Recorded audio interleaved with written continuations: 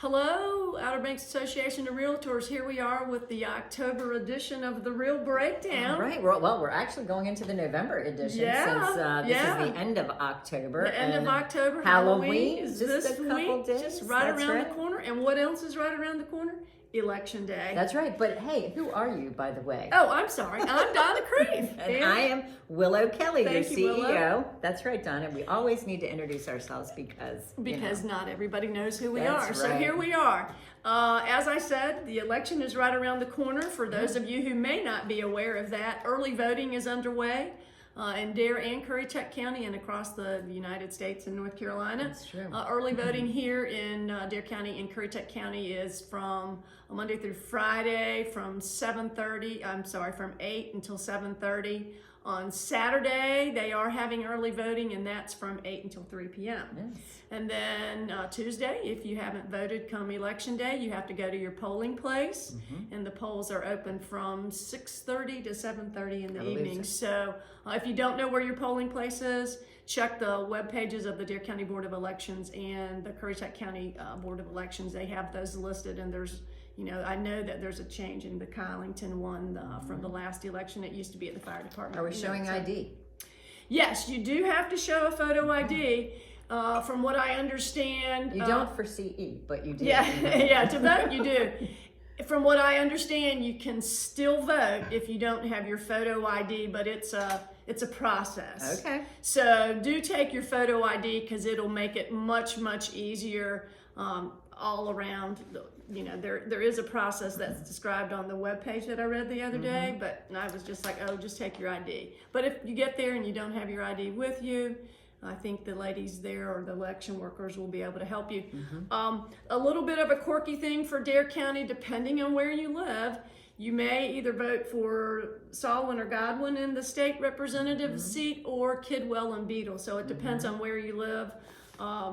Kylington, Duck, East Lake, Kitty Hawk, Mans Harbor, Southern Shores, and Stumpy Point vote for Godwin or Son. Is it Goodwin or Godwin? I always get that mixed up. Goodwin. 'cause It's Goodwin. Yeah, that's what I have written down. Gotcha, is Goodwin. Yeah, I get it mixed up too. Yeah. Insurance commissioner is Wayne Goodwin. So. Yeah, that's Goodwin. why it's confusing. Yeah.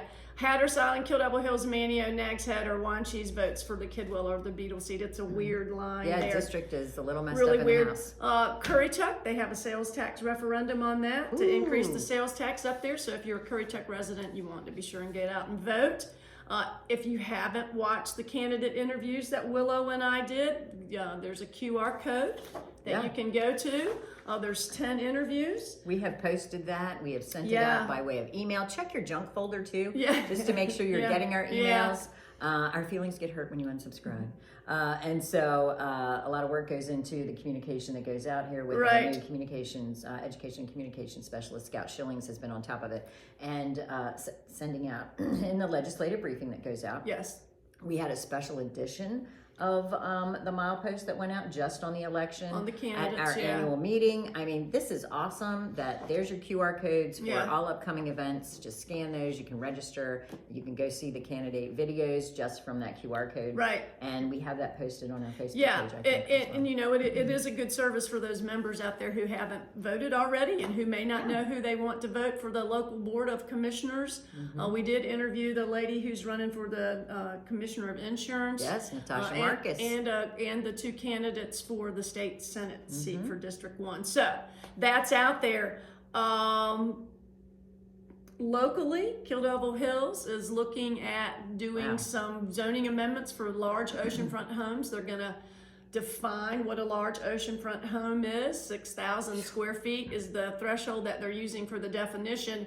They're going to go in and do some parking standards, some landscaping standards. This is for their Ocean Impact Residential District, which applies on the east side of NC-12 along the ocean front.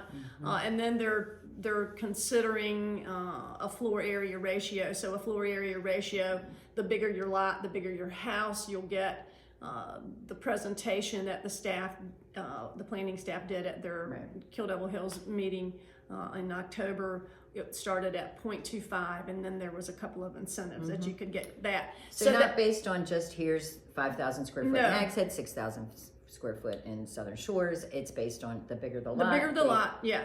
And so, there's a lot of oceanfront houses in Kill Devil Hills. There's a lot of big yeah, oceanfront and they houses. talked about that That's out of the bag at there. the meeting, that it may be a little bit late, but when I talked to Meredith, the planning director, Meredith Guns, and the mayor about this issue, they both stressed that they were more concerned with the redevelopment, and they have very narrow lots. They're a 50-foot lot, and so they've been getting complaints about the aesthetics, about the safety. They don't have drive aisles at some of the houses. Donna, and so, this is same story, different day. Because Yeah. you stepped into a position that I had for almost 13 Yeah. years, and I know 10 years ago we Yes. were talking about the floor area ratio in Kill Devil Hills, and then we saw just the, build, Yeah. 25 bedroom, 25 Yeah. bedroom, and everybody is saying like, okay, you can't move those structures back. So what happens? And it was part of the conversation. And so, wow, they're a little late to the game. Yeah, and you but- used to be able to do a limit on the number of bedrooms, Right, but the right, state and the took state that took out. that away. Kill Devil Hills never had a limit on the number of bedrooms. And they talked about that in their staff presentation, Mm-hmm. that they didn't feel like it was appropriate for them to do a set limit, that because they had such large Mm-hmm. oceanfront lots, that they felt like the floor area ratio was the better option to go. They're starting to talk about ADUs in Nags Head. They had a couple of workshops on those, and so that process will probably take them a while to get those regulations straight. And you should know that that's accessory dwelling units. Yes, accessory dwelling dwelling units. I figured that most Yeah, realtors we would should know know what that. ADU stands for. But anyway, we'll be monitoring that. That should take some time there with the town of Nags Head to get that right. The homeowners insurance rate yeah. increases. Those hearings. The average statewide 43. Yeah, that hearing percent. process started Much higher on for us. Yep. October the 7th. Commissioner of Insurance Mike Causey is not presiding over that. He has a lady who is one of the general counsels on his staff presiding over that. They met for a week, heard evidence and testimony, took a week off, picked it back up on the 23rd and 24th. And so that's going to take a process. The interesting thing is that, it'll probably go past election day. This is only the third hearing since 1993 Yeah. on a rate filing.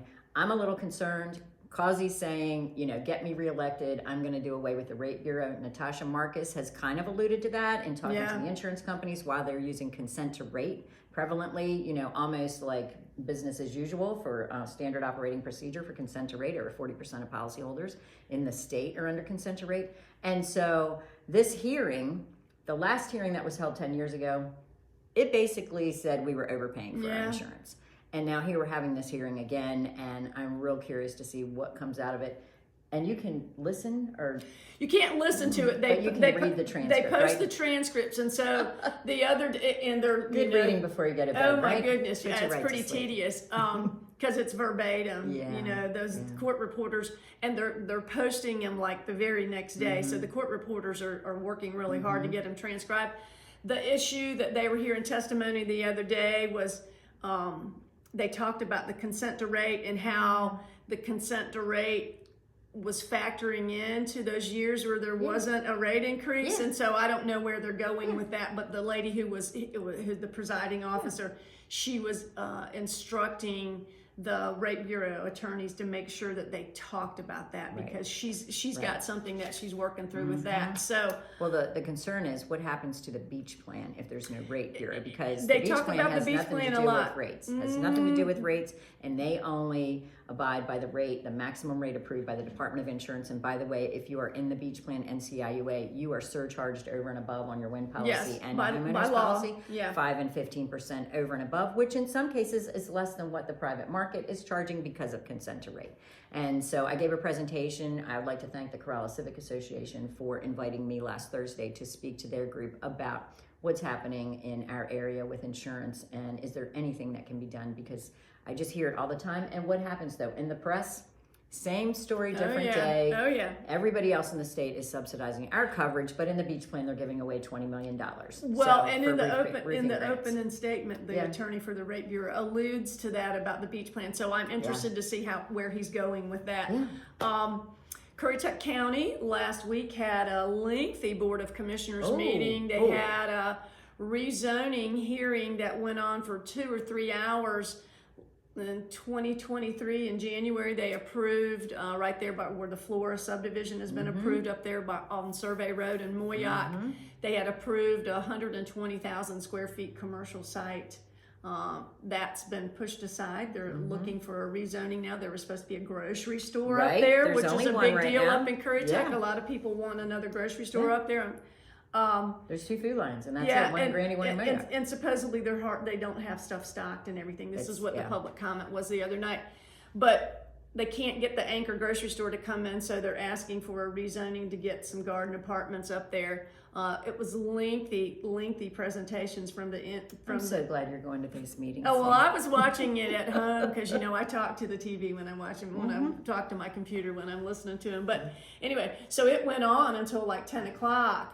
And they still had other stuff to do, and so they just said, "Well, we're closing the public hearing right now. We'll see you on November their meeting is that first Monday in November, November the 4th, and they're going to take it back up. So it'll be interesting to see what they do.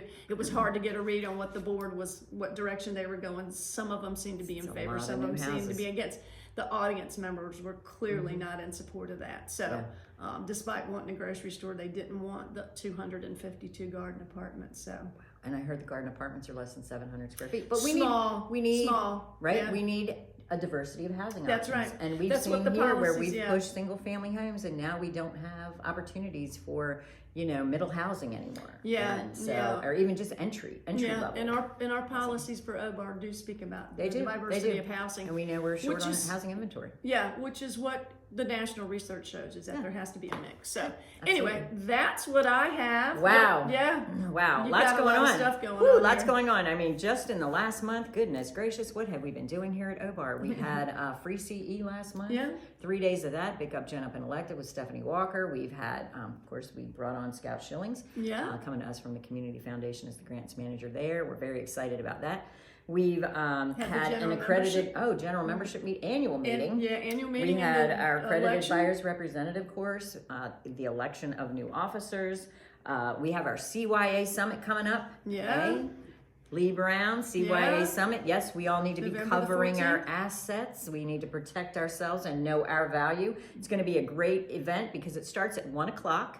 1 to 5, and then from 5 to 6:30, we're going to have a VIP reception. We still have some sponsorship opportunities available there that start at $150 and go up to $500. Everybody can participate. You get a special invite to the VIP reception. You can probably find those sponsorship opportunities in the milepost and on Facebook. Our Realtor Ball is coming up, so we already have registration open for that, and I believe that's Friday, December the 6th, and it is going to be held at the Hilton Garden Inn Ballroom. We're making it fancy this year, black tie preferred. Big thing, Code of Ethics. We need to let everyone know that if you have not taken your Code of Ethics, please take that 2.5-hour Code of Ethics training. You can take it just from ner.realtor, go to Code of Ethics. The course is right there. There's no excuse.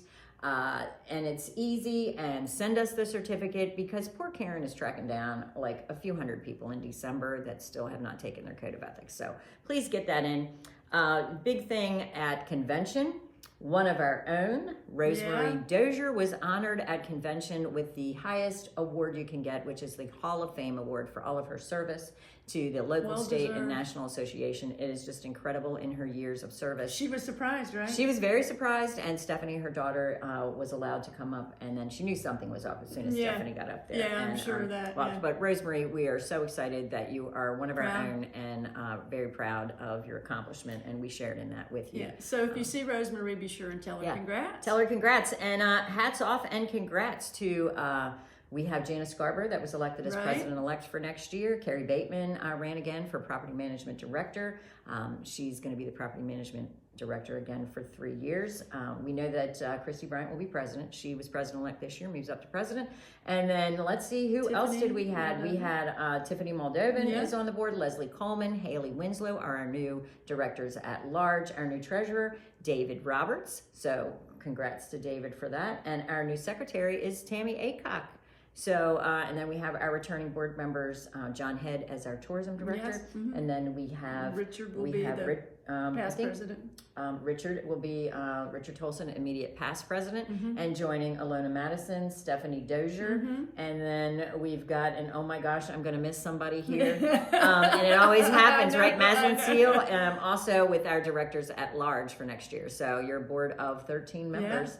We're set now. We are already set, and we've already got our chairs in place for next year. And for those of you that want to join a committee, please, that's on a QR code too. Lots of opportunities. Lots of opportunities. Some are limited, some small, some long-term or term limit on a committee. But everybody get involved. And even when it comes to vote, here's something I've said for years, and this quote was attributable to Abe Lincoln. I wasn't there. I don't know if he said it. But you don't have the right to complain if you don't have the heart to help.